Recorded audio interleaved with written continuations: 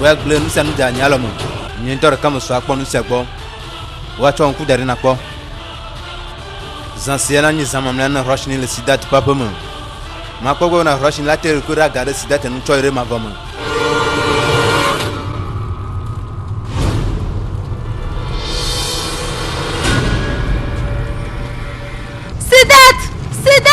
Ni majibe magasanya bubu cho wonu meko le segomea.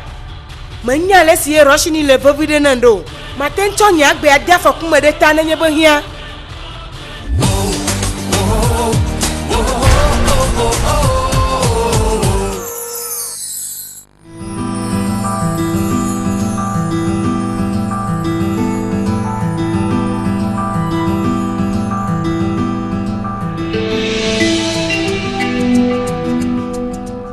Si asronya toye onya, majila globa to gan toye onya.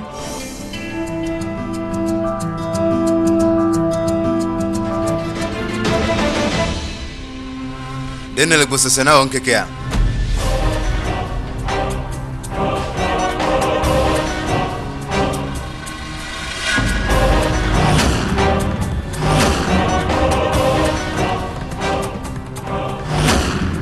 Ni mamblo Ninya kokolo wala le wamu gake ni me kana jibe mo le nan son temps valeur alors le laissez-moi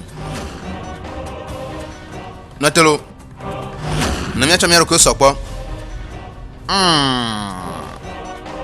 me kana jibe na munya kokpo nyere le au se mo chowo ese tamo hose me jina le laissez nyaru ka onye ngone le na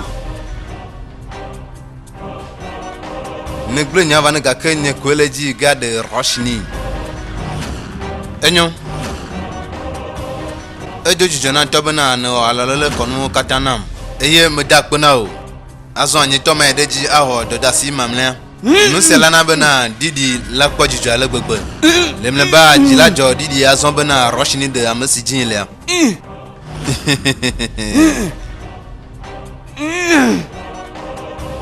Sidat menye bena o no si atokho ade na o gake jagbo to ameten le edogegbe fana nya Sidat ni menya mo vandi abale sinele sumeno ma on de ser si hia le bena o dren akpom vava no mi chonu mi ba chomo ne mi gade mo ne wa dogule khosem va se si malo lele wa wonu minate Sidat me ga hia na donu sio no se ala sokule a unya chowu to wa mi kule mi veble enyele no tu son tonye gele alors le siama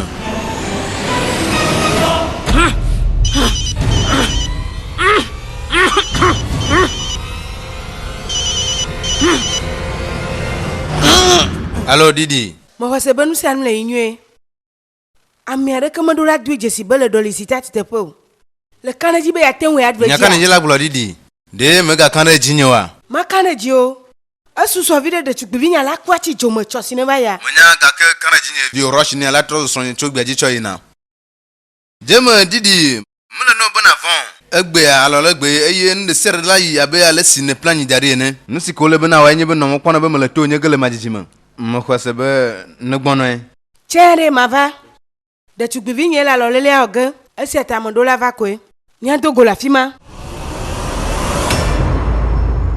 ajurombo roshini kedo tum egbenye nkeke nyue to keke akele ipagbeme gake manya le si ole nono geneo mo kwese bela va se gomo na gbere ka nu si tai mele nu si okata ondo de ko mo dibe ipo chomo wanyo mo kwese benu si anla nyue abale si mi plan yene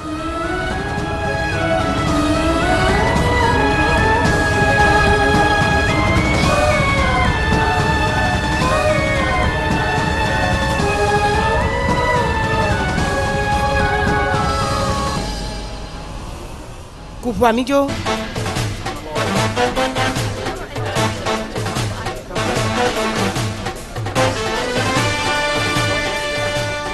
Yema mireji miano wadu mireji Yema mireji Majila bio nyade sonye nolwa Nka onye sronya Menye de chugusile sonye de gapa kwa jinele Nuka one le kule de kakusile sonye gapa pumeo Ele bena de roshini boy ye tutuma onya le mosronya kakanya tepenya bena de kakwa kwe no emenye Majibu mia kwa jijore dua bere kakwe po jilawe ne. Oh afona nya. O nya sinegloma elemento. Enyo nati no telafisia no do kulemi basere si me view alaba. Yakale no bona de chuku view agbo. Ele no bona na no nchi. Enyo tukara me lo mai. Kaka na mia duo viere kembo. Me kanaja. Chede ma die. Apo na chwa mase amene duwe. Oh, yema.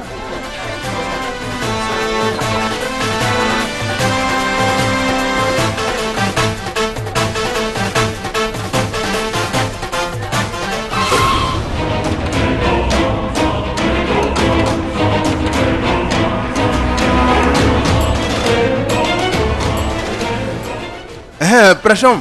Afika no to sotore. Nuka ta maya ve kulevo. Ele bo abado afisa hohoe. Amasema lela la makanji be mele chochana mo bo akwa. Ne se me a. Azo amiji bam nyanya e ine ni hogo ole. Ele bam nyajo gamale ivo. Yina ve kuleva. Oh yema yina ve kuleva ne chono chono. Mai kwara bele koso ha. Yema ne cho. Evado vo. Soton cho avado afisi avo.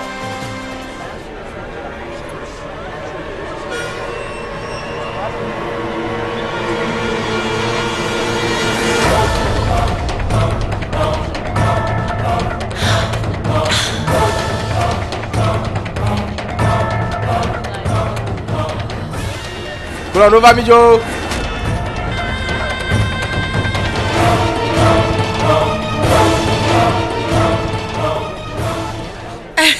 Soton tu vas voir. De nya poponto vinye. Aso ande na te dem sere na kwa almost that. Mele benu wana okpomo sidat.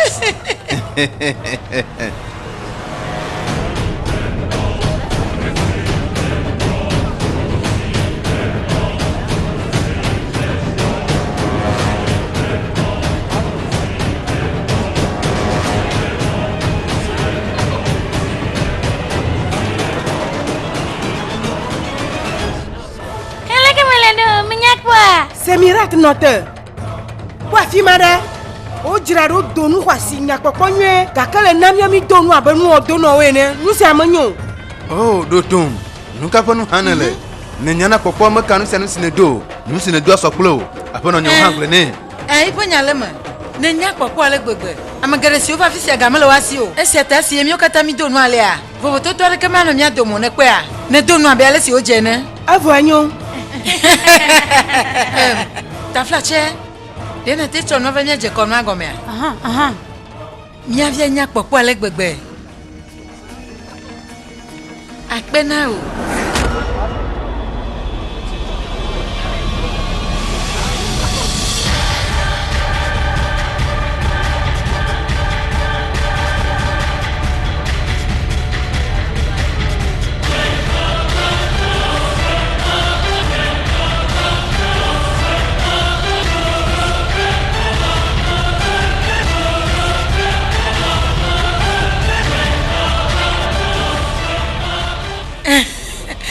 Aso edo ji o han ba oto.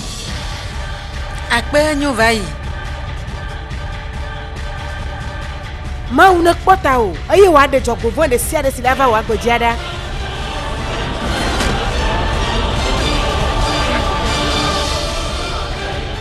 Nuka temi mizirura le an mi doli mi ni kitore ne yeji.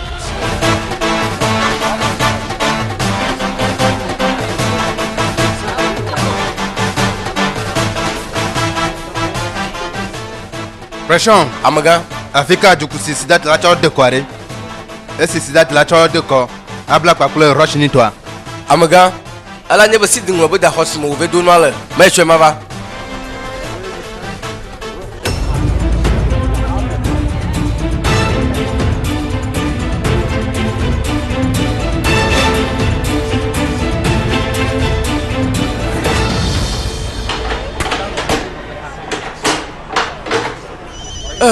Amake galenyo.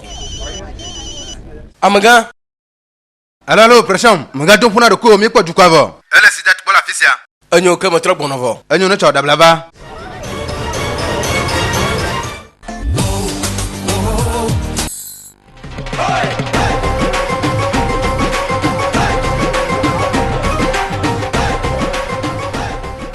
Ah, si, divine. De baba ina autre non noir. Ha? Me dit la globe trop sur ton Lemlemba, onke cavado, nelenke que c'est la lama et te fait diti. Vigne mo khonaji se kuku. Bena la de roche ni ko la be nyam ba mi tene nyam yo.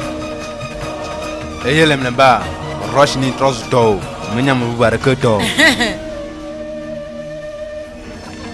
Ba mi jo.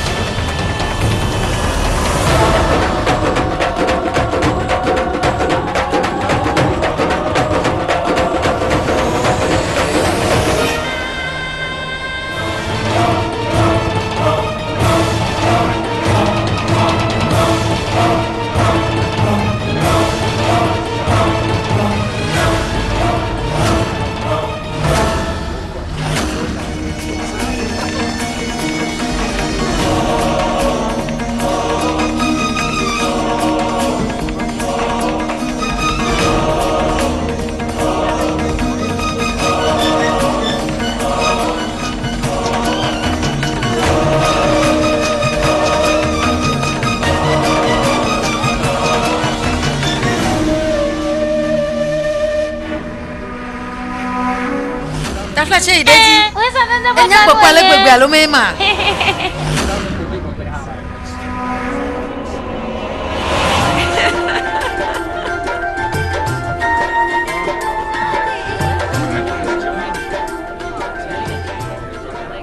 Ai bueno va.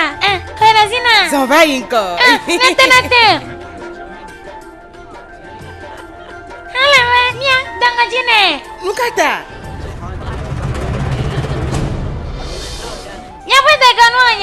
Nyaka o nye gblon le reshon. Ka kuma o nye na jibe ya wa cho do jijo na mi miakpo. Sitat me le sesere la mo se nwa de do bana. Nyonu papa mo to le nu ma ba adavante ne. Nyaka o nye gblon le. Asusu bena ne jara ba e? Oh, reshon jeko famale. Male no bana hanu kura o sidat. Ne kwa mi apo kono do motor kenye sia. Eye le vabide le mi apo te kono ama. Mi one cho de na fiona bena de ka kwa trosu mi ato. Kon to he de unjele mi apo po mi ama. Nuka. Eye ne nyeba mi mo onu sia wa. De ka kwa magere hosimo o jawa lo lele alo. Oh, enyo ne maya mi de mi apo kono oji. Na mi aje gama.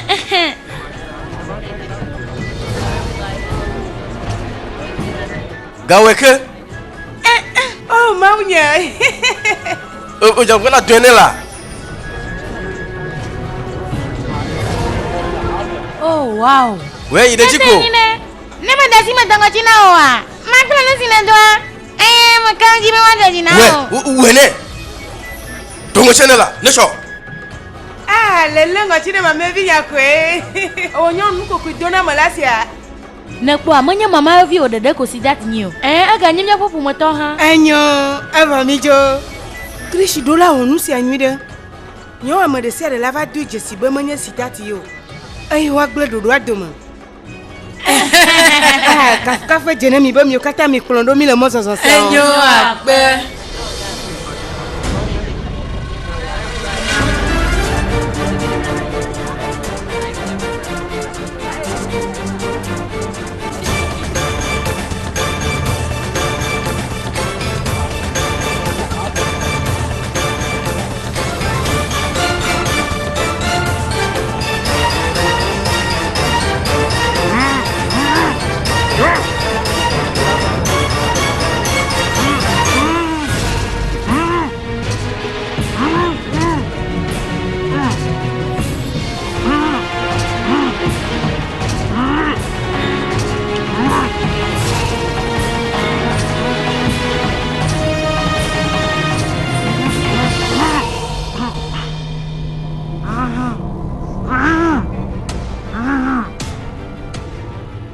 Ale kana lido sitat.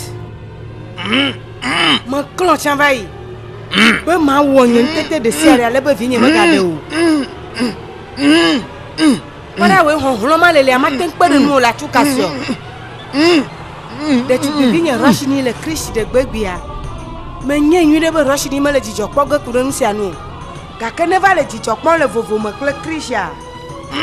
Ye ma yi wa dwe jesi nu si da enu awon nu sia ne a. Me ga mame na pa ko pe vinu ade abenye ne ko. Vinu la te wonu de sia de pelita. Eye ma no anya no fi akpon be pa gbeto mo wa glo.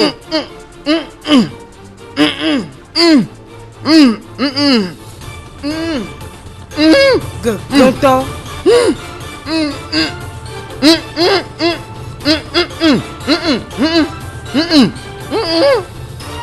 Me ga di kono simirat. Nuka. We ene de sro. Oh, ele não se onde rush no meio gaga o nyalema.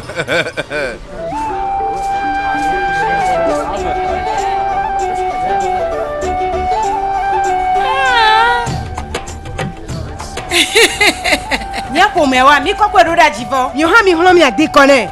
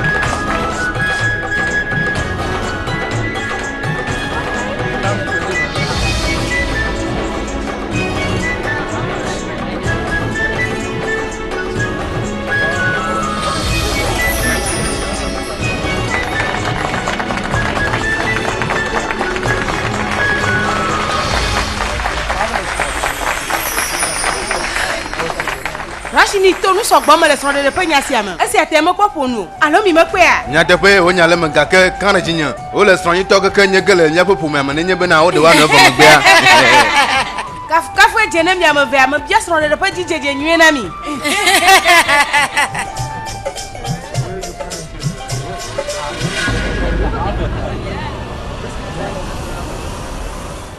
Nji fafa kloji yo bilem nya pe bim nya ba hwa ino le so de pe sia.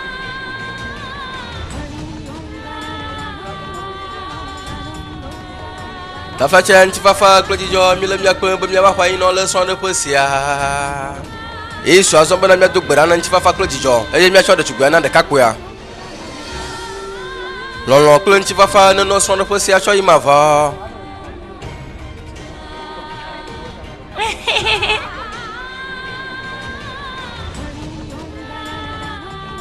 Azo ada chugwa foto no zovango wa cho via cho na nchwa. Amede kamale. Nye kume mosiglo to nye ponya na kpo. Nye mablo. Nade kamala po mosinye to. E po futu ada kamale. Ye po nade ko. Nade ko.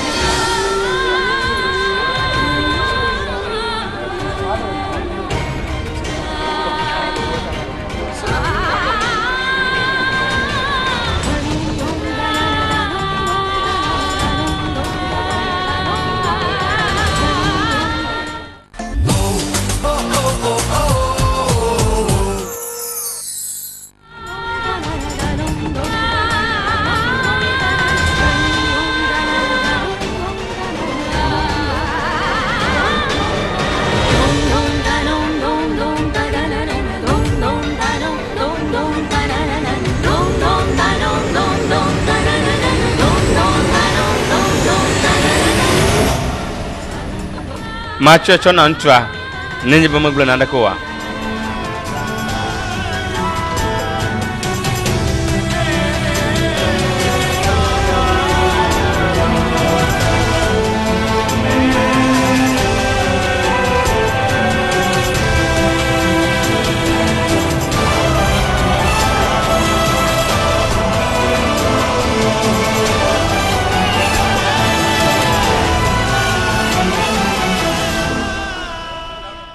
Enyo amaga leviu apalo na cho de kakwe apalo me de kakwe cho odu silo arura amaga cho walo de watu agwama Om Sarvamangal Mangale Sarve Sarvat Sadhike Sanatambake Gauri Narayane Nuste Om Gururu Brahma Gururu Vishnu Gururu Devahu Maheshwara Guruha Sakshat Param Brahma Tasmai Shri Guruvai Namo Namaha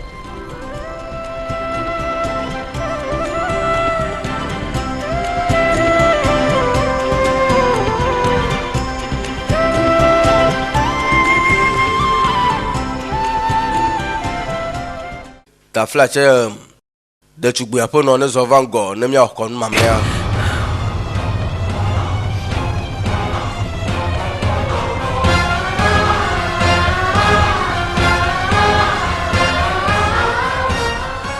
Ajurumbe ma ya fima ne ma ve okon mamle ne de tugbivinya makana jibe de tugbivinya la biji don ne nyeba maya manya nya jiji onyebe wa vava ma leo ta flache mo be de chugbu apo no ne zovango ne mia okon mamea ma okon mamle sia na de tugbivinya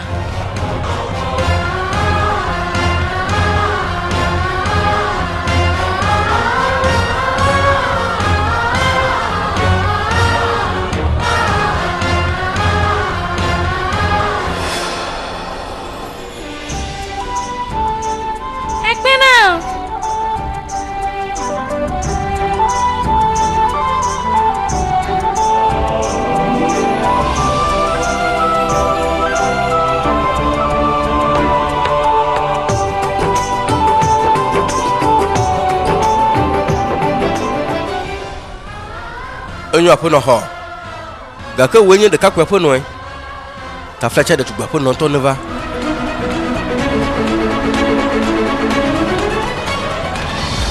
nunola roshini trozu de tugbivinya chogbe aji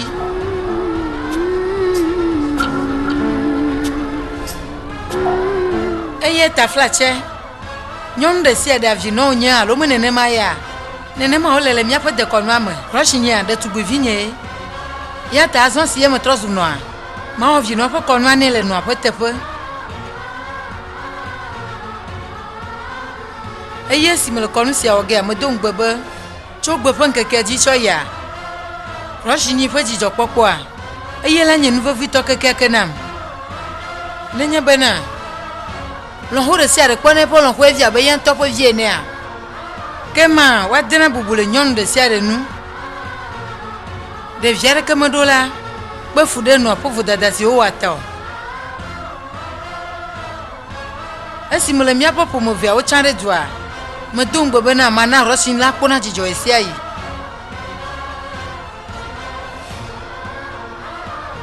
ta flachen no la de na ti de konwa jizreka ela be mo le chochona de kakwinya bu ade roshni enyo vo ho Om Ainavaddo Vale Raja Dhanavindam Mahavala Tentvam Bandrami Rakshay Machal Machal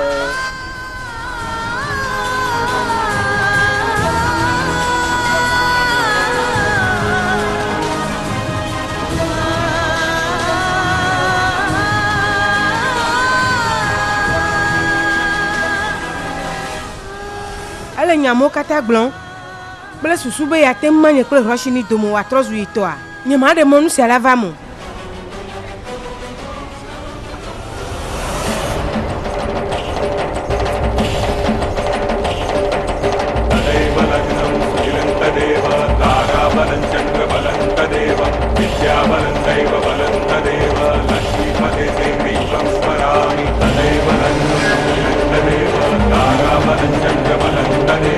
Vidya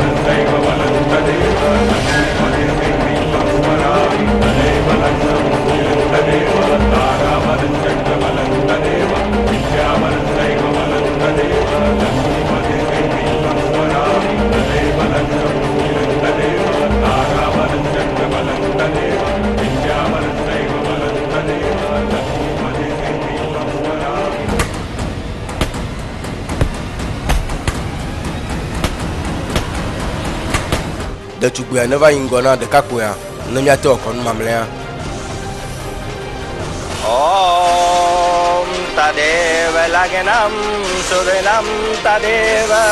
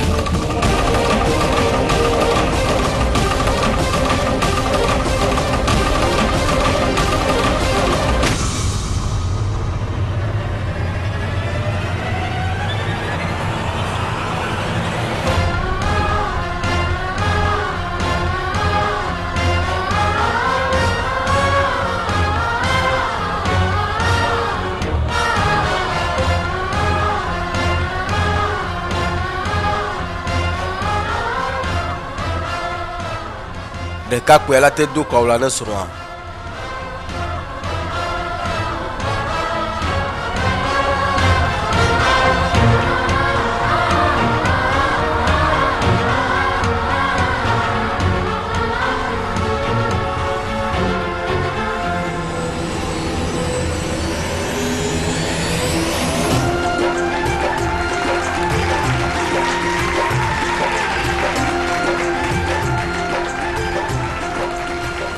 Azɔ kple kɔnɔa ƒe akpa mamlɛ sia sɔ̃ɖeɖe awoe no. Enye dzidzɔ gã aɖe nam be mitrɔ zu srɔ̃tɔ ŋutsu kple nyɔnu. Kafukafu dze na mi. Miaƒe ƒometɔ la te yra miazɔ.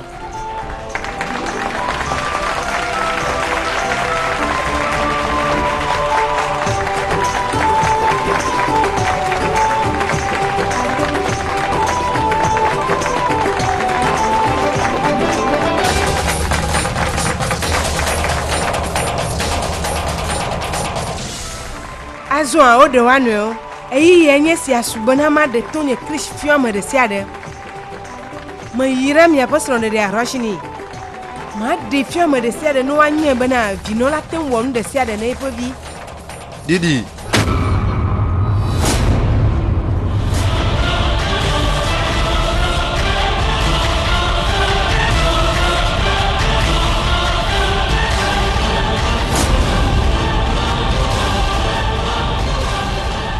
Me kpɔ dzidzɔ ɖe mia nu.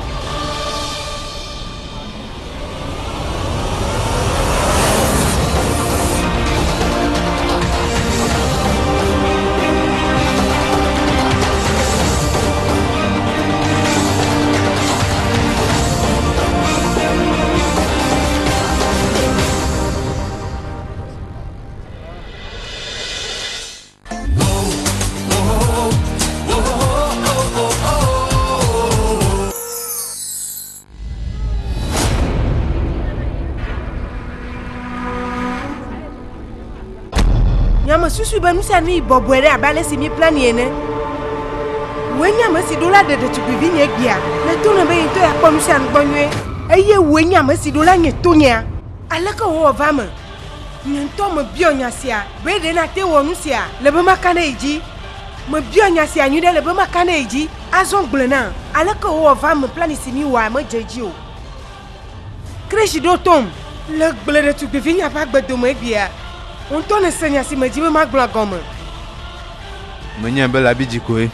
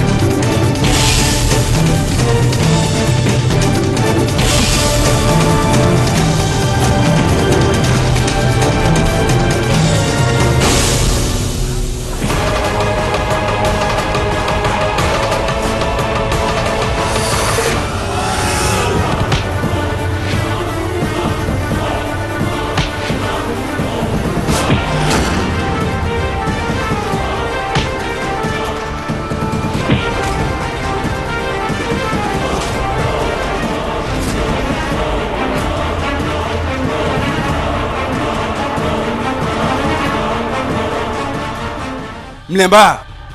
Ne pas nous si dîner là. Hé, notre hein, Jama. Nous si à la nyak papa. Ne le amo si to nyanwa. Wa vo wa me le pepe gere nu o. Me le nyalo le ko no ge krish. Nana ke la si la chona.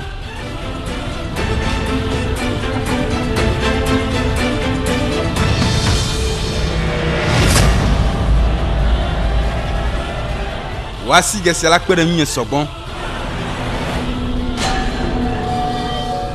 De tom. Roche ni n'y a pas. Plein dans le vent. Et si tu as un macron, nous ne m'ignorons ne te gougou vierre te tia. Ne m'achoque au coq bereau. Mon veut clos. Le second maire.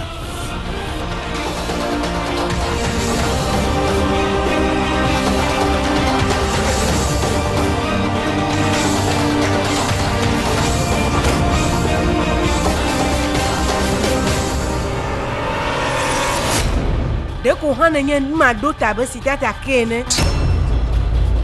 Ai halaka na ka kanya tonya do. Makwa ba. Nyang la banu sinajwa. Na ho. No me na ma. Nya onu.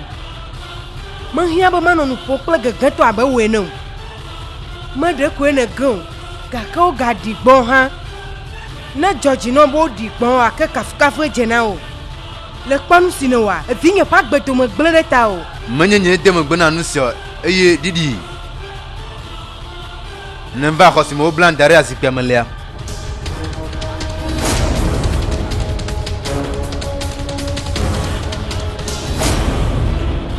eye doju jono yima yin to habana na konle no mama eye nu sikono nyawa yenye bo wonya chi bobo mo sio no na monowa ye kono ga hlan koranchinya ne dele de mal mu na manu makano ala le fifimo esata nyate fasile anye bana oya ngana rush ni pa gbodum gble chownya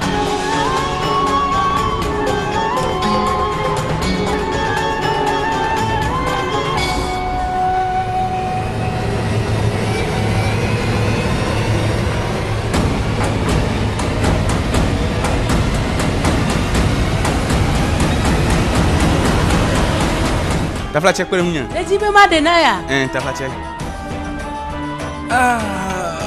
alaka wolo ono do sit de woji jeme azon binya Tonye nyima blo nyenji jeme azon to ela bana mleba me desron.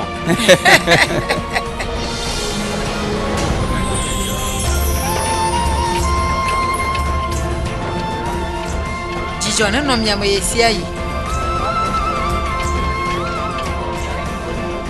Eye miamo via. Nyano akpele nchiba fama.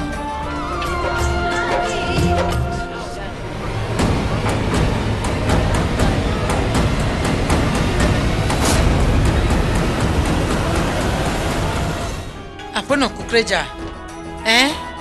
Mi mete kwere nu le sonde de poza jira romo. Mi do ta fla chena o. Le do mi to anwa de tu gbe papa mo na lo lele ale. Ya ta mjibo ma bi onu go via de mi. Mjibo mi oro shi ni bo baba ido to po konwa. E mi papa mo. Mjibe nye to ma do baba ine.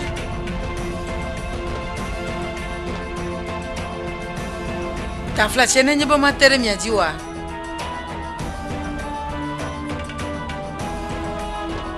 Made kuku. Tiens, tu carrément la fille mon. Oh hello grandma, nous ka temia gbo mi wa nu sio. Oh grandma.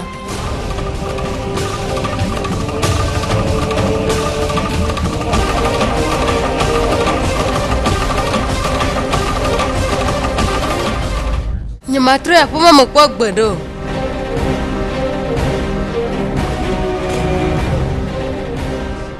Roshi. Awo nonye. Ni plena, nuka te matro ya fima. Afisie. Umo chono no sie vi no dula chone janamu.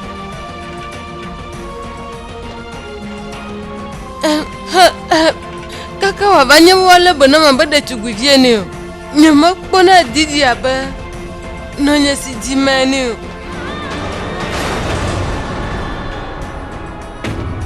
Azo si lo hunye trozu nonya. Afisa trozu nyapome. eye fi se mi baba e po kon male awo Roshini ka flash me ga bro nyamo mo nyanya mo tutu avo ala Georgina ni mi kata mi atin se gome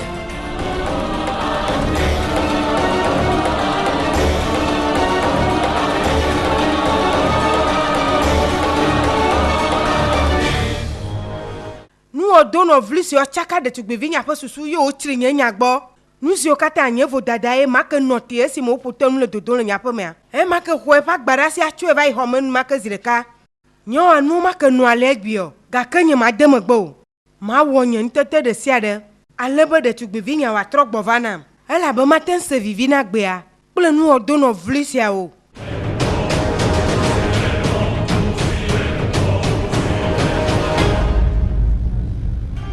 Roshini Dave visa se bala na boy wa chuka dede a Ine ne malaka mo o hafia te no dudo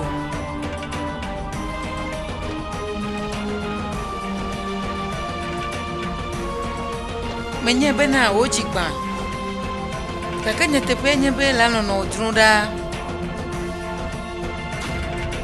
Yi Ina ve konoa Ina ga vene mon popo kateti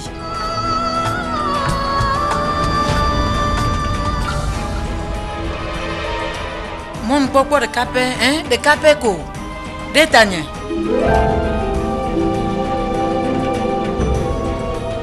Yila. Ina ve biacho no bobi ne yirai. Eye o baba ipe konwa. Nya papa me yo awele.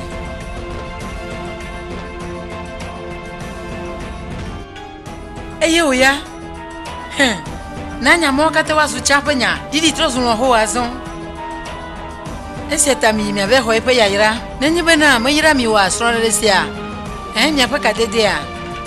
Mandro si wo hwade ke kro. Awu nonya. Ma hiambe mi ayu. Ma kare jino bodi di matro ko gbedo.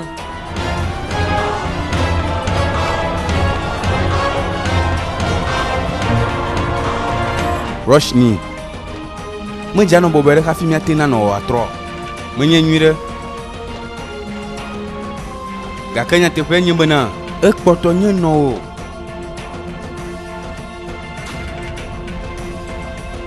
e jebe na nemon popo allo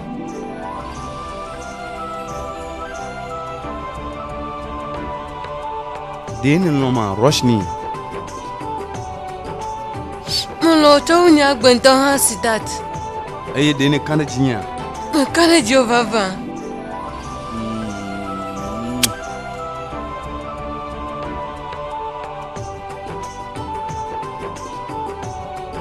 Kan lo nya yi. Esi ne kana jinya. Na mi yi no ogbo.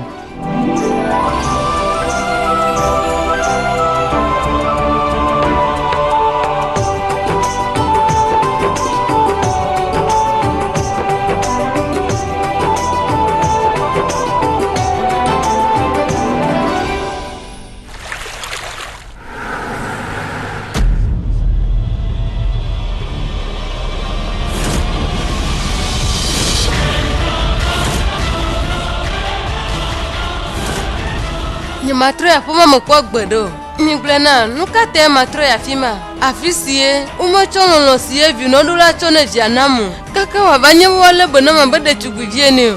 Ni makpona didi abe no nya si jimani. Azo sino hunye trosu nonya. Afise trosu nya poma. Eyi afise mi baba ipo konmale.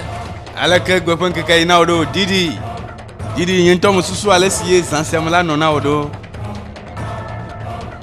Alake wolo ona odo. Alake wolo ona bo mleba miezu pomreka. Apo no Peter. Yesia ya yepo dudu katan ojena jine. Da kezo yepo de tukuvia po son alaji dun. Hein? Ni matin ko mi seji so. Ga kana ma glo nte na wa. Manya wo vo dada e onyan. Egbe po biwa utiri na tumu ele gbegbe. O modu na to wajila o. Le kpore nu me a. ne wo untete de sia de bana ya tin alo le sia ma ga jeji o ga ke de o tin jeji na wa ao egbe a rushing trust sonye lolo tugbe ji to ya ela no ga wanu si to pupu me de me eye echi trede nu o ye ma nglo ba ni mangule na o me ja kwa modu si o ba lo le pa mi adunu le tepo ma chuchuke le mi akpo joro no mo nyi sia nu eye me lo ha opam eye ta fa se me ga be ya cho pupu kwa sia ba reception ala ba me kana ji bana matin tu mi pa de mo vi so ma o afi la tin po mo va fi manu dia ele no be na zon afo ele ba afo zongo de tu vi ala chugbe ji choi de kwem le turu punya viaro nao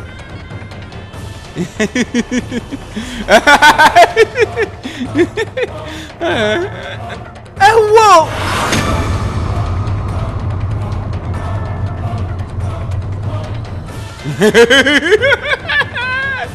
Joy officier!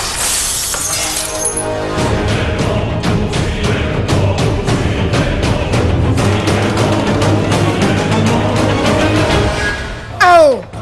Nyama dema gbagba gbodo. Nyama dema gbele nyasiamu. Nyama ten khodia sebena roshini denu odono sitati mo. Aya so etri nyanya gbo. Gaka nyama demone nu biala mo wa khovini roshini dala sinyo. Nyama demone be wa tonu so mo tova yamo. Sitati le parti oga. Nana kama chuchu. Gaka wa klo de chukuvinya. Wano no gbagba faza wadu. Ejo jijona tobena no alalele konu katanam eye medakpona o azon nyi to ma deji aho dodasi mamle nu selana bena didi lakpo jijo alagbegbe lemle ba jilajo didi azon bena roshini de amasi jinle allo didi mo hose benu san le inwe amiare kamadura dwi jesi bele doli sitati tepo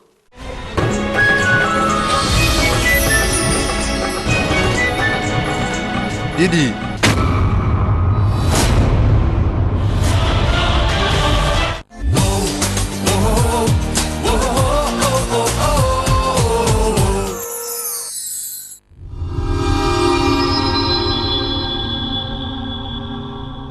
Apono nya roshini kple to wa wado afisi avo. Nya medi be magasele nu na yonu biala ma be tonye ko. Dogo?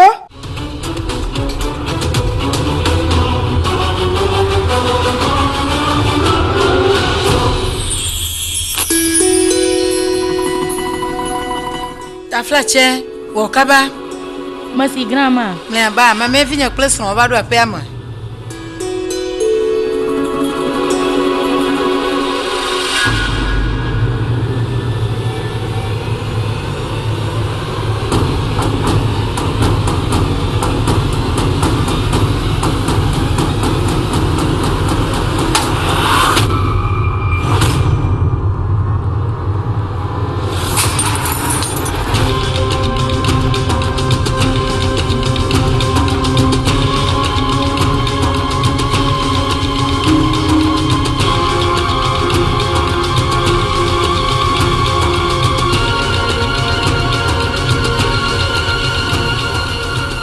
Nyele tini la kisia.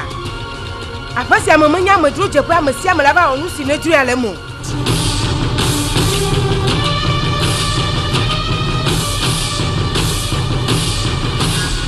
Roshini. Mo wo nyam chochobo e mega gbona afasi amakowa. Esi ate strong de fa konu ore kamate mva mala afasi amu. Onto nyam sipote wonu dogo la afasi amu. Muka tene ga trogbova. Duga, nunca tena tempo na walea. Ta flache jujo. Mlemba vio va pe mo zigbanto le fa lole la mgbe. Eye nya se kono kpo be agbone e ma. Mate wa eviare teti, be yenye no sinejia. De ma udo kwinye ne a. Nye mkpo de lolo fie o tete po wa. Manya de ko mne ho olemu. Kaka fa gasi aye matwina, e fa si aye to e. Machonu si anu si wate hia chone. Mo wonu si anu si obia cho gbanya ne. Mo na fa dro kata va mene. Mo wo do sese. me wɔ dɔ zã kple keli metsɔ ɖokui nye wɔ kluvi eye mehlɔ̃ na gbe sia gbegbe elabe nye medi be wòava kpe fu le tsɔ me abe nye ene o. Nu ka ye wòdzi be magawɔ na yi ɖe mawu ɖokui nye nea gake nu ka wòtsɔ da akpe na eƒo te nu dzo le gbɔnye be ɖeaɖu fuliɖula nu biala sia azɔa egblẽ nu ɖe sia ɖe si mewɔ nea dome.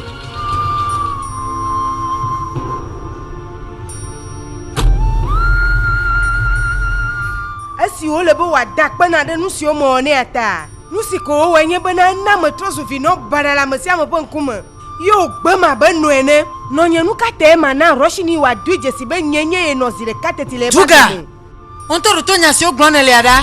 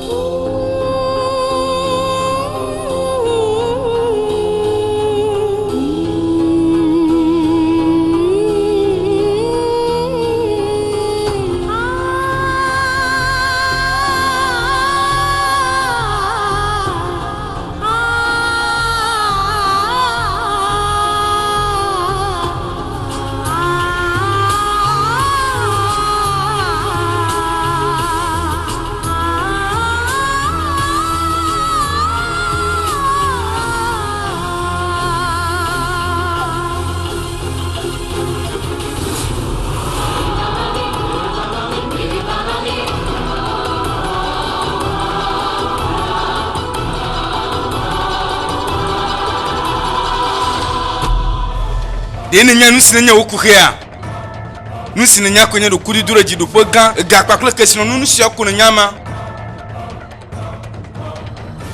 ga ke menya na de kasi lana latin de no to afia viwo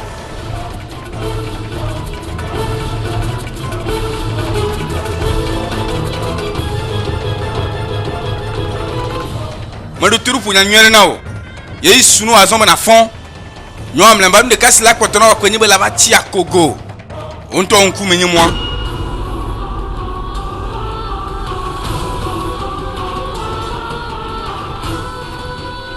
nous sommes là tin soisio gake la badu se la mabana de kem la sio le kike siamone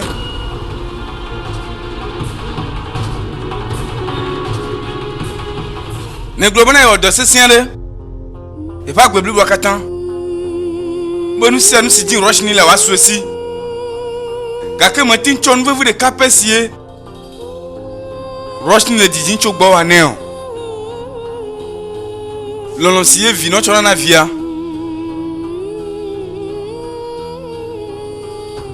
ne cho gakpe question de sel silasi wa chona gake ne de le tin cho yi pakpo lolon via de chona Rɔshini a Rɔshini la ke ko jobe no po lolon si din la suesi esi ole bena cholon la serana de silim no nyiva le loma be yento viene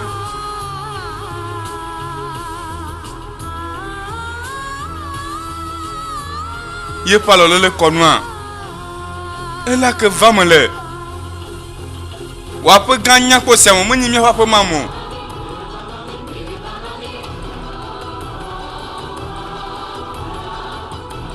business wala nenye nous c'était gakono na beviri na o kaka me susu bene ngombe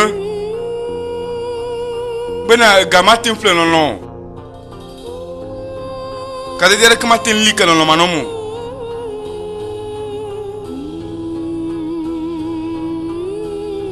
do ma hia me dala kwa ese tani matin de nous signer kada de nya gomana o kaka me du nya bevera glona o de si wo du kudu dure jipakle o du pekoko anu dari et na son va fan Rɔshini ira Rɔshini na pas gbesile ngwane de na ti onu setetia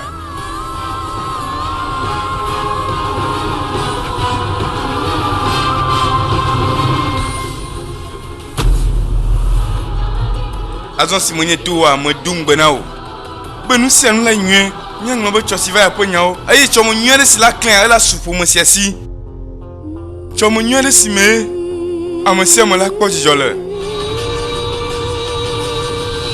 me kane nu sia dina o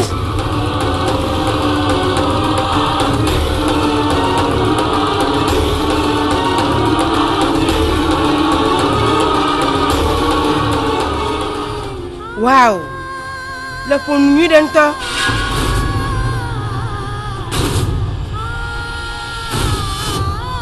Magblɔ na wo bena srɔ̃ aɖo nunana sɔgbɔ. Ega mele si o gake enya nuƒoƒo ya tete.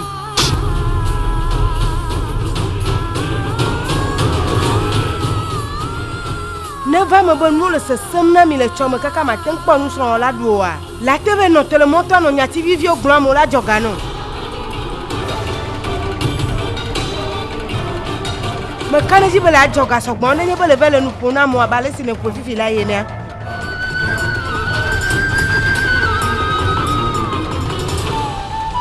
Eye megaka ne dzi be nenye be miamevia mi te kpɔ nuɖuɖu aɖe tso nunana si amewo la wɔno wa me eye mi meɖua meka ne dzi be la na wo dzi la dze me.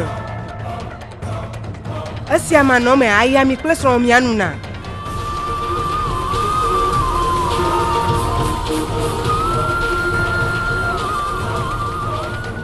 Nuɔdo nɔ vliwo. Esu nenema didi.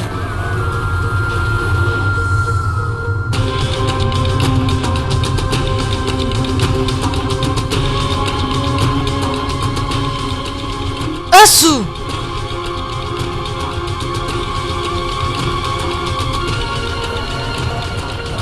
Mega mame. Na gbonya frufra deke tu onu mame ko. Ame si onu le numa funtua. Sronye lolo kple tunye wema. Oh, kudo nuɖuɖu ƒe nya si ne gblɔ nua. Dzegbagba na ɖunuvi sue aɖe si woɖa no kpa kple lɔlɔ tɔxɛ aɖe. La kpɔ be la ɖo ƒo nɔ kaka tsa anyi.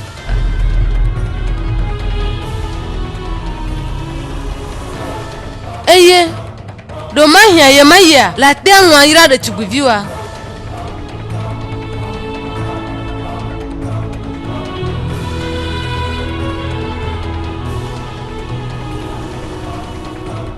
Sidat me gblɔ na o bena nyɔnu sia mese lɔlɔ gɔme. Enyi nyɔnu aɖe si la te flu via ɖe nu able mo bena ele lɔ vava. Enyi nyɔnu aɖe si la te lé dzidɔ nenye be ya ŋutɔ dzia.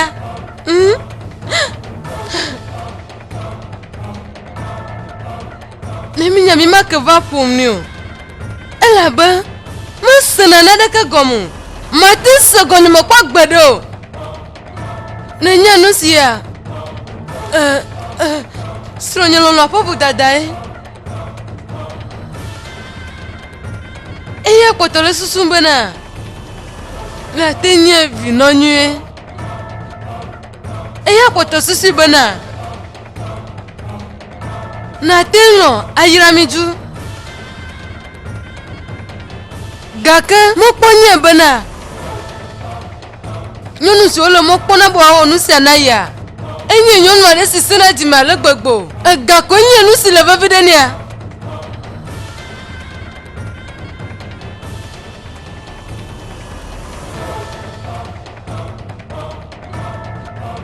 Menya nu si tɔ hã yɔna be vevi sese o. Esia ta mate ŋu ɖo vinɔ nyuie ƒe sese ɖe la mo. Sidat gblẽ na tafla tse gblẽ na fifi la yi. Nuka le mɔkpɔna tso egbɔ. Sidat na mi dzo aƒe me. Ele be nyadzo fifi la yi. Sidat me dzi le nɔnye gbɔ. Nɔnye le nye lala ɖe me dzi le dzi le nye gbɔ. Na mi dzo fifi la yi. Sidat mi dzo. Sidat mi dzo.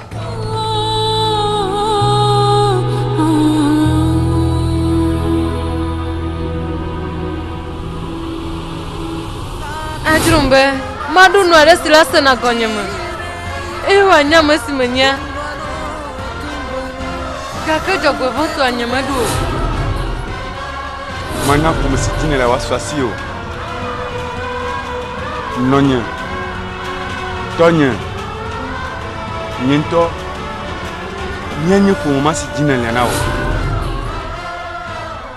Sidat, nena me kpɔ dzidzɔ.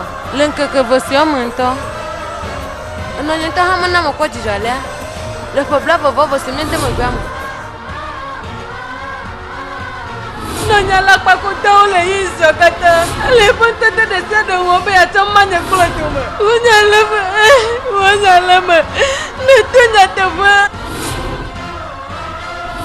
Non, il y a pas de mal. Dans la part de votre zigare de son. Didi manya monsieur kuma mignon. Mala be meto nyara no. Ela ba lesi mi antomi de mi na kofia e. Nya te pe nyi bana nyonga to arke man bana. Ye pe vi wa de sron le pour me sia togbe mu. Egbia. Egbenyan kaka gbata simondo sasede la mo be menye twenvi. E normalio. Pour mamalio. Aso fika ho ko motore. Moko se bomo de si jula pour mo vala imo.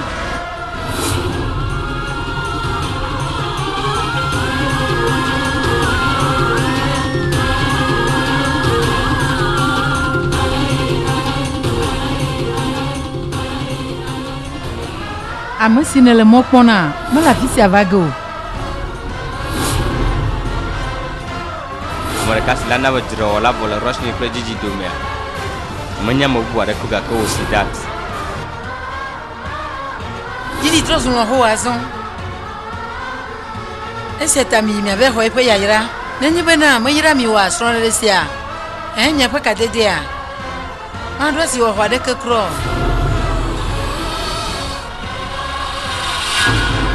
Sidat mijo sidat mijo.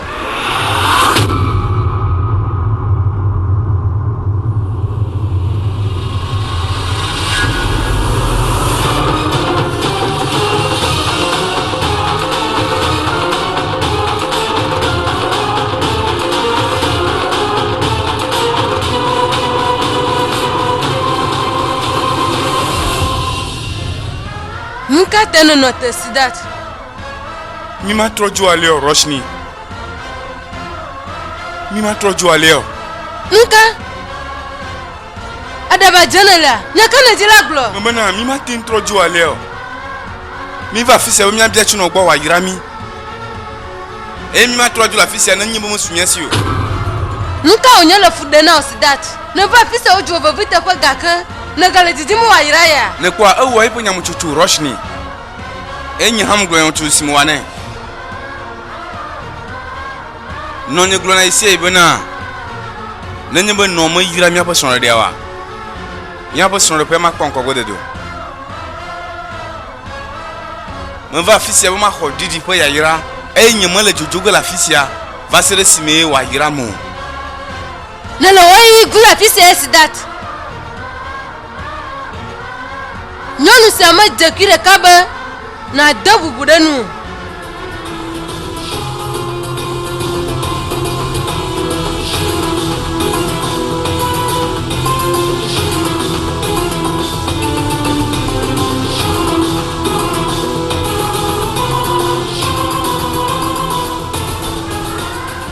Enyo mkwe.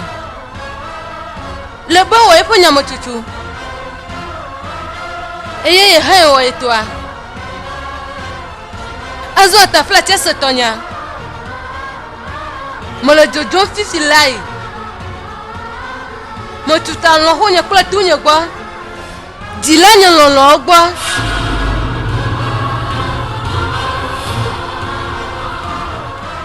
Mo tuta sonya papa me. Ela ba fi mai mo cho. Eye nenya. Dilanya lo nyenya gwa sidat. Yemajiba madasilo wanu dadio.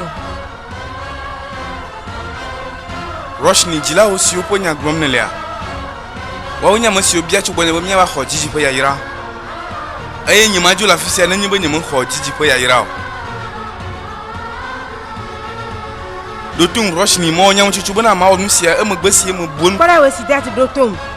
Vodadare kanyema on le gale jide pona do krio. Le clo de tubivinya jo le bonye de nye gale reta.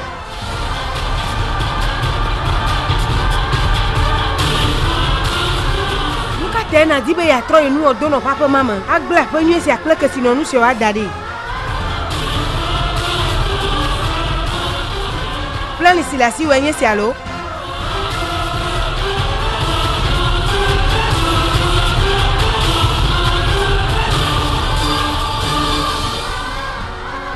Nekwea. No nya papa me fisa na no jijokon. Nya kula huwa. Mala jujume as that.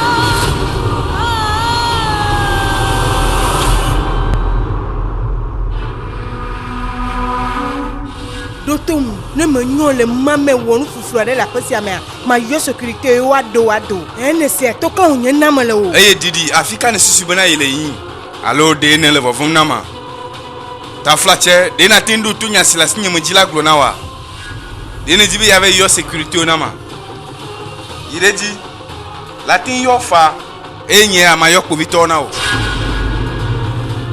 ma glo ale si ne jibe ya fi ma wala sentwe akom dans le rochni view asia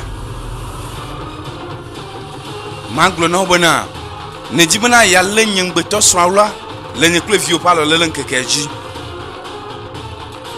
maglo no bona ne jibe ya khemona mama to am febo mo ga de wa no le wa palo lelen kekeji o nu sino abo da onye le se onu alo monye ne ma wa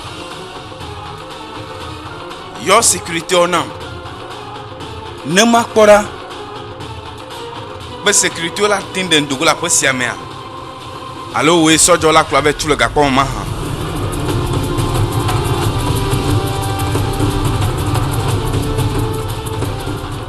eye namya ngombe kobito minute de kakengo roshni nenye be va dujesi nous si okatan ne dibe ya oklem un vodada gamo katan si one wari aleka ne susu be la tuelo la biji do ale gbegbe et nous c'est dans la bijoy mavo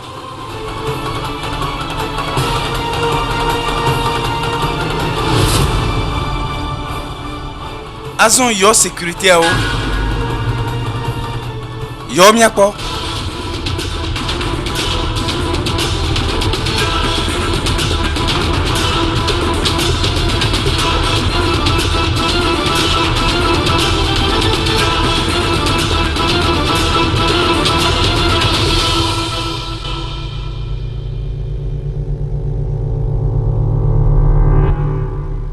Majra roshni kle didi dumando kwe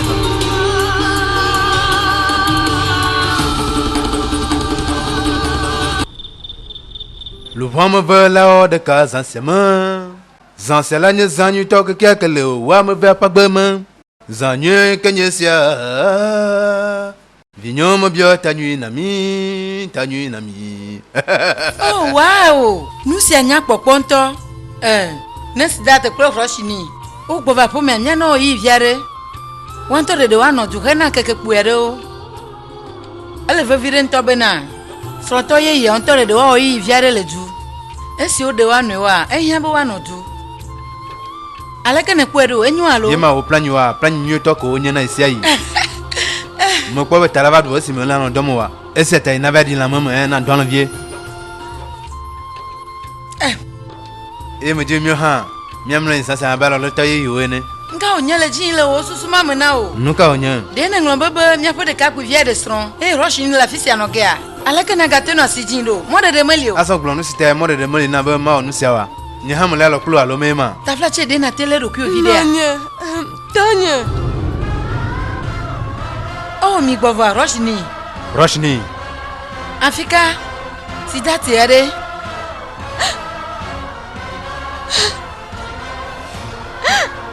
Roshni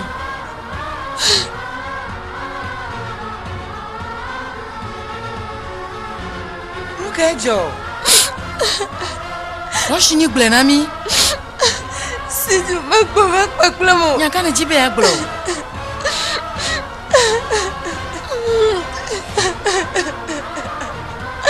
Roshini. Nous cahijo. Nous caté à monsieur me lève la nuit la ficero.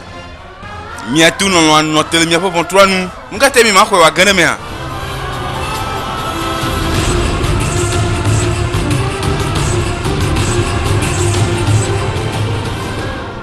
Nous ka onyola ji ici. Ma hwese bena na nyebe Roshini hier le fifi mo chou. Nkaka sio me no adris ogbonto. Azo on hana gada silon. Mo yo mana mi anye bena. Mo nye de ka kwere sitri na tuma. Mo na nu si anu si hiamo ma wa, na nu si me dia wa tenso asinye. Mo va fisi na o ya yira didi. Nyima adu la fisi akpo gbere na nye bena mo yira mo. Mi kata mi nyene na ma. Mi ga hamde Roshini nu. Jila nyula le bene nyire nto. Me kan di bena mi kata mi nyebe. Ele vovire na nto nu si anu. Ela no jijo sogbon de me. La fisi o le da. Nu gbo onye dum le na mi. Blanu sine jona mi Roshini. Ta flache de na te bule na mi a. Me ga favio. Ta flache me ga faviko. Blanu si jona mi. Nanye. Oh, c'est pour moi des moments où il la fille. Oh, vigne Roshini. Alaka na te bio nyamado, hein? Azo na trosu po musia motorka. Eye na no dupla mi ma kanu siam sinajo. Nesia. Docteur Roshini. Quoi? Elle no bana le ko sesin. Ma ogala no na klo esiai. Ne trosu nya ko nto de motorka. Me kanu siam silajo la no mi agbocho ida hein ma jo la fisio. Yema. Azo ta flache ma gafavio. Magafaviko, déjà vu papa. Quand nous viendrons ma pas, n'est-ce pas qu'on nous n'aime là? Quand nous allons porter le béniao. T'as voulu que ma gamine dise? N'en m'a pas là.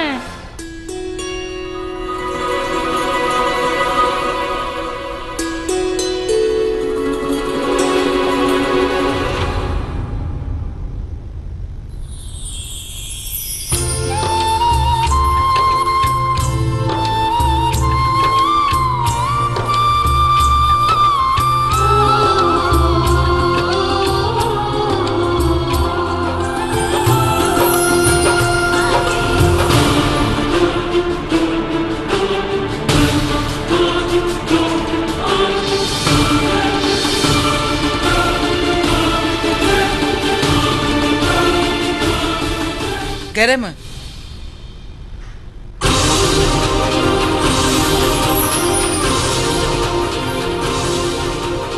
No te mi shirika.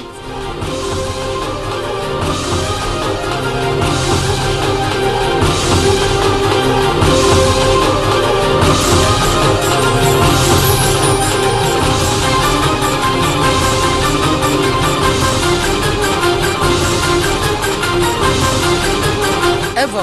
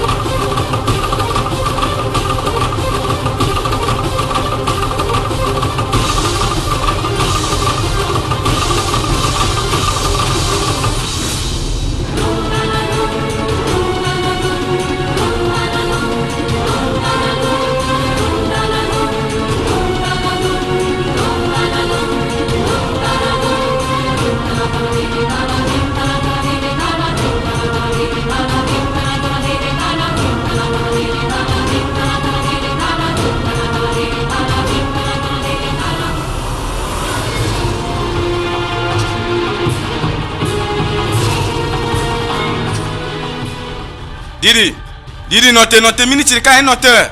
Yento mko ale si o doji jono esime o no nye khom no gegemde wa ko ya mafivila. E George na malagwe. Ka kene nyibo George na hare nuka tay mo vawo de kaklemia. Lake we. Nuka tay la be juno mia pon. E tu lo no e menye alome ma didi. Jinyara la sinye ya nyu bina jikaba ka wane mo. Ene kweda. Nuka tay ma yira nye tu lo na fivila Maga mameo. mega mame na kawa sile nya fonu Ah didi nyamble o ndeka kuma mi kwa vio mi nya edi onto nyamble o ne le lenkude nu nyure ala kwa le sie obina di kawa do ne le kwa no akwa le kwa via nyamble o ha ne bina di aba viwa ne eye sidat kurana la duji okwe me kan di bana mana la desi wa gbesi okori ye yi ponya ko e wonya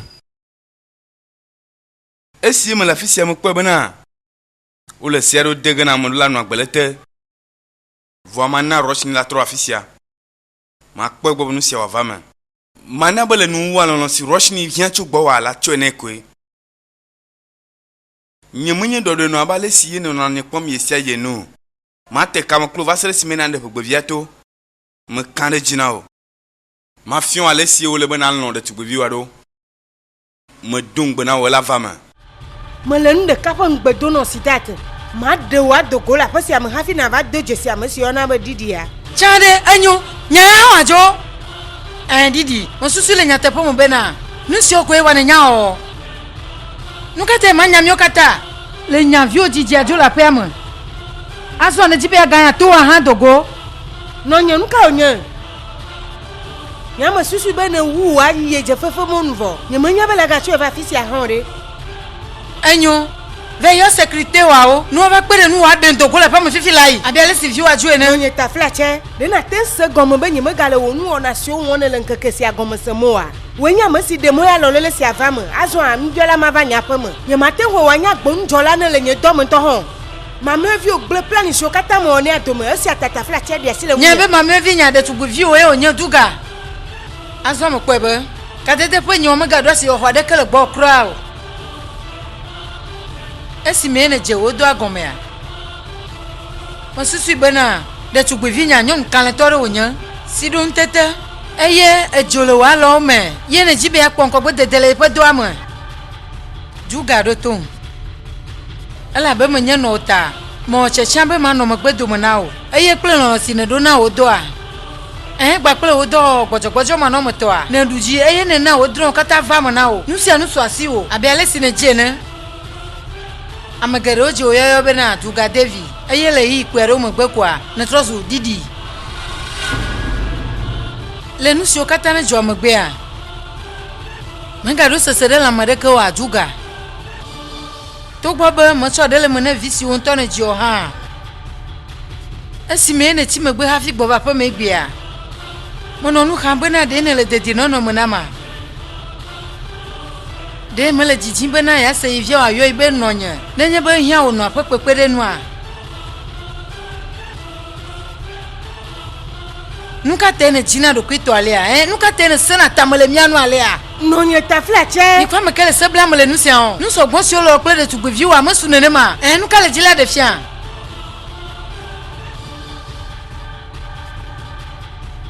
didi jijo o jiku didi komiaji juga didi nenye ba fifi gbana wa nenye bele asime ala teve po bubu afle kakamele bobo ede be na wa tro fufu jisi ne gba nenye bele na o gba e o kwa bi o no ye monye juga nye deda si o nye bo ma fi o monye to si die na so la gbesi amo na wa tro bova juga de na tena do tu gbi o wa tro bova pomia nenye be moteja wa gbado mi akle vi o pa ka deda ru fifi laiwa mon kokko ma so asi o be na te ba do edu le chosi gbona mo mo kare jina o nu si la va vo ko evinya mo kare jina o be la va vo le chomo o de nyenyaji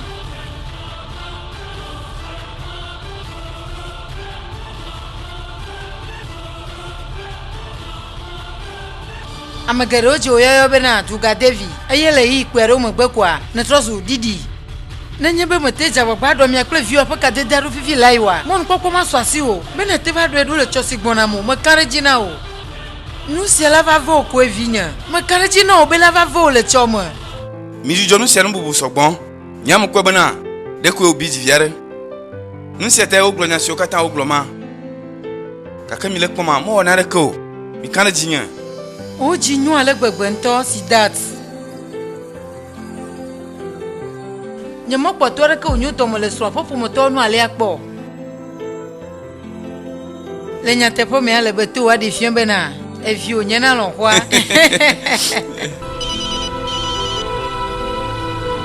Alo.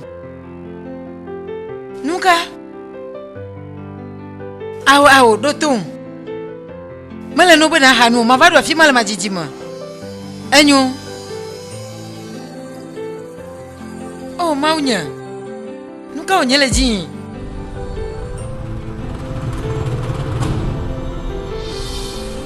Grand-maman. Nous sommes les nuits. Mai kuchivanawa. Awo. Grand-maman, nous kawnya. Ta fla check nami. Ma. Nonya.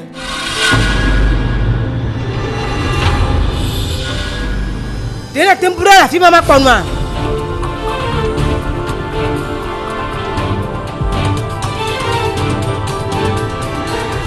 Nuka onye nonya, ta fla check blena. Nenya tasi we. Toto pe dada. Elle no me se siade ma. Elle be mai kweda. Pablo ta fla check le billet d'avion na. Enyo, mai plenao. Grand-maman, allez quoi de Canaïdo? Demande à Mike Plo. Que ça? Il n'avait dit la pendant le domiaï. Tiens, de Didi, mais Drado Fifi la Zinekan. Moi, le bon ya bien toi me droit de boire pas de Alakana te wituga. Si data miato nyele pomesiama. La Georgina, ne le dion pour poner aléa. Ne se gomea. Agno me se nonya. Bon, nous sommes si ne droit.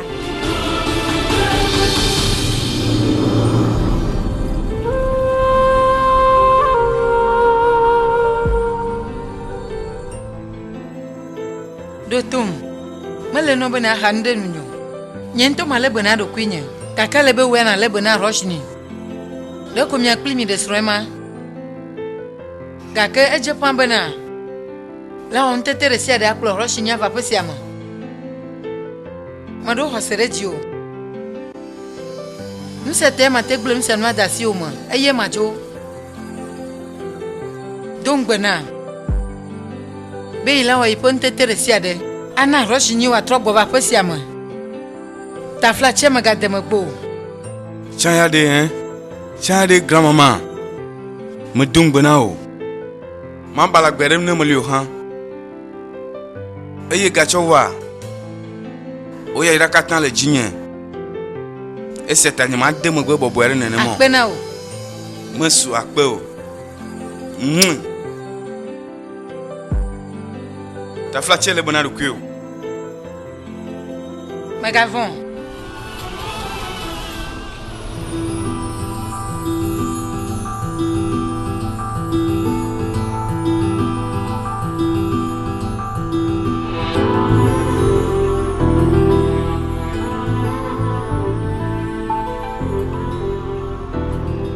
Sid.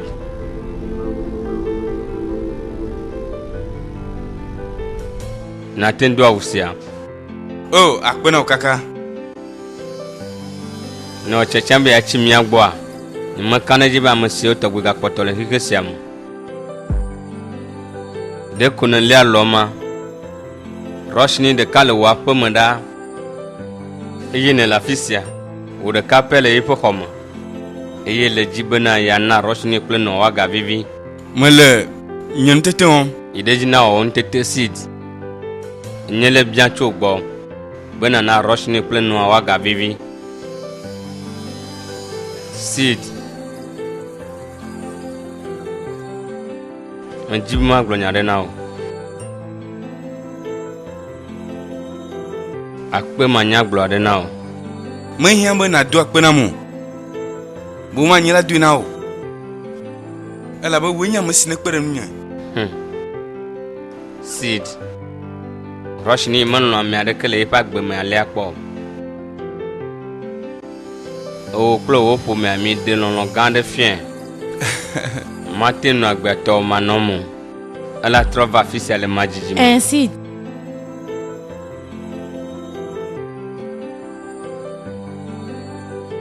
Roche ni nyama de si manyanyui de. Ela trok bova le majijima. Adrum be didi wa no tenusiao. Sid. Miokata mi do ta flache no de. Ale si ole nu okwa. Eh, me de kuku no jujo ta flache de dunam. Me hiambe na onu sio. Nu ka te mi le koni fana malea, de mi le jijimbe na. Maju de me gbe ayi gbon mi le, Awo. Ne mi na manya na na wa no bobere na mi. De mi munya le si rush ni ona. Ne nyebe du je si bena amale pe comme ça siame. Eye ta vie kwa kle ta si va le ta flache dunama. Ela hunde nu seta. Nu si di mi le ma.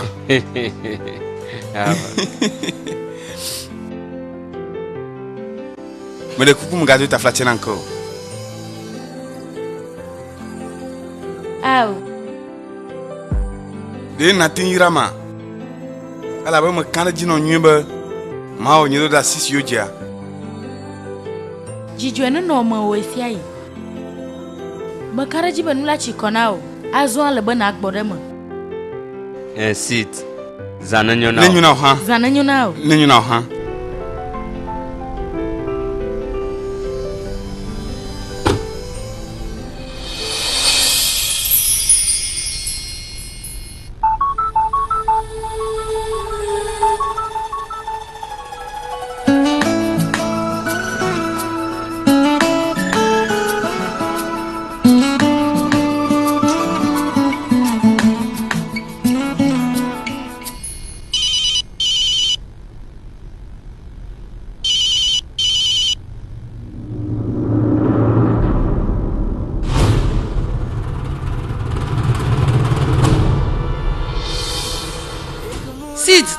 Alakana te onu si akule Roche ni do.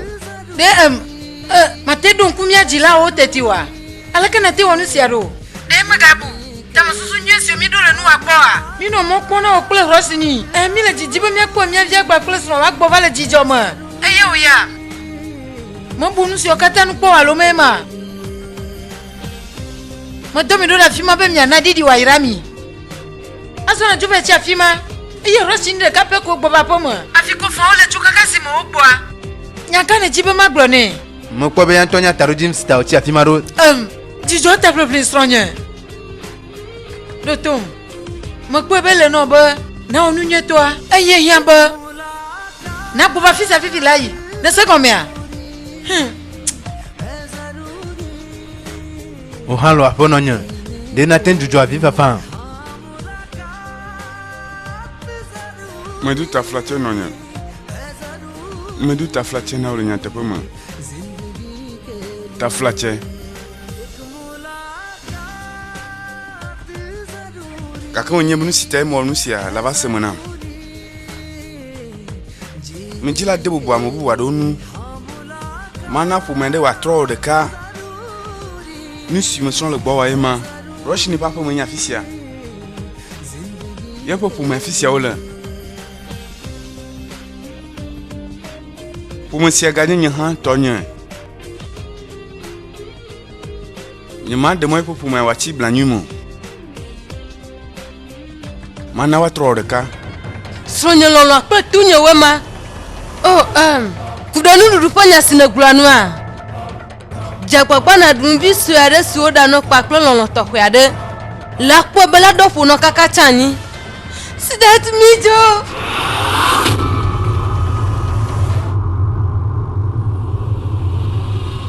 Oh mi gbova Roche ni. Roche ni. Afrika. Sidat yare. Sidu gbova paklamo. Nyaka ne jibe aglo.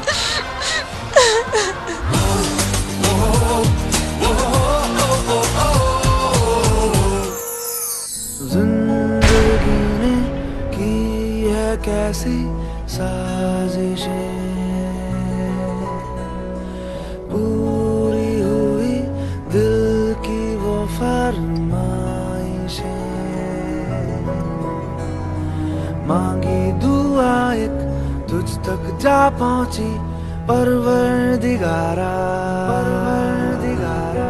कैसी सुनी तूने मेरी खामोशी ओ परवरदिगारा